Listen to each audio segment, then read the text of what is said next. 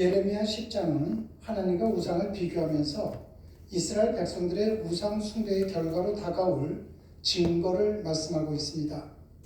창조주 하나님을 믿는 이스라엘 사람들에게는 해와 달과 별들은 그저 하나님이 만드신 피조물에 불과합니다. 그런데 과학이 발달한 오늘날 경우에도 여전히 보름날이 되면은 달림하고 빈다든지 매일같이 떠오르는 태양임에도 새해에 떠오르는 태양을 보면서 한 해 가족을 보살펴달라고 비는 사람들도 많습니다. 이처럼 과학이 발달된 요즘도 미신이 성행을 합니다.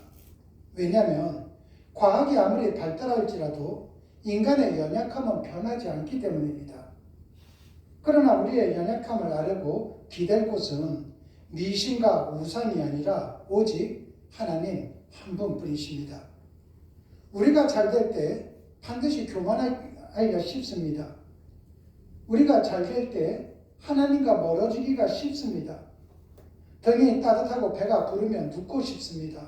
누우면 자고 싶습니다. 그러기에 풍요와 번성이 다가올 때 그때가 정말 조심해야 할 때인 것입니다. 이스라엘 백성들이 왜 그토록 하나님 한 분만을 섬기지 못하고 동시에 우상을 섬겼는가? 그것은 이스라엘 백성들이 오직 풍요와 번영만을 원했을 때 이방 신들이 그럴듯하게 보인 것입니다. 하나님만으로는 무언가 2%가 부족한 것처럼 느껴졌기에 그 2%를 채우기 위해 이방신을 섬긴 것이었습니다. 오늘 말씀인 예레미야 10장 19절이 이렇게 증거를 합니다. 슬프다 내 상처요 내가 증상을 당하였도다. 그러나 내가 말하노라. 이는 참으로 고난이라 내가 참아야 하리로다. 하나님은 이스라엘 백성들을 징계하십니다. 그러나 징계 자체가 목적이 아닙니다.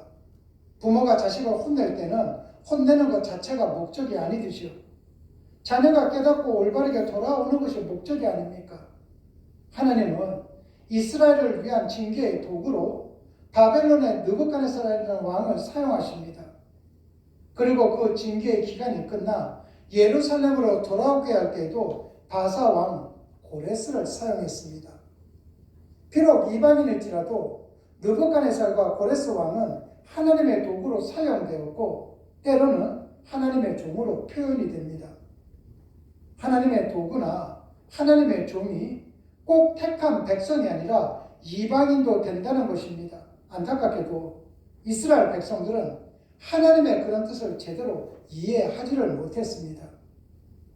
오늘 우리의 삶의 터인 가정, 직장, 학교에서 우리를 힘들게 하는 사람, 느부갓네살 같은 사람이 바로 우리의 신앙 인격을 성숙해 하고자 예비하신 하나님의 도구이자 하나님의 종이라는 겁니다.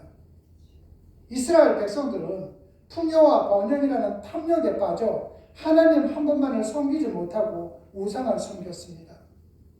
우상을 버리고 돌아오라는 하나님의 말씀을 끝내 순종하지 못해 징계를 당합니다. 탐욕과 탐심은 우상 숭배를 가져옵니다. 그러기에 참 신앙인은 버릴 줄 알아야만 합니다. 갈릴리 호수가 자기가 가진 물을 남쪽 사해로 흘려보냅니다. 그러나 사해는 받을 줄만 알지 그 물을 흘려보내지 않아 소음기가 가득한 말 그대로 죽음의 바다 사해가 됩니다. 그러나 갈릴리가 생명의 호수가 된 것은 그 물은 흘려버렸기 때문입니다. 우리의 삶 속에 매일매일도 탐욕이라는 우상 숭배가 아니라 버릴 줄 알고 나눠줄 줄 아는 갈릴리 호수와 같은 삶을 사는 그러한 삶을 살 때 하나님으로부터 풍성한 복을 받게 됩니다.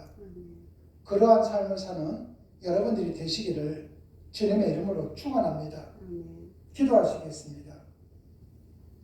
자비로우신 하나님 아버지, 우리의 마음속에 있는 탐욕과 탐심이라는 우상 숭배를 버리고 오직 참 하나님이시고 살아계시고 영원한 왕이신 하나님만을 섬길 수 있도록 우리의 마음을 비워주시기를 원합니다.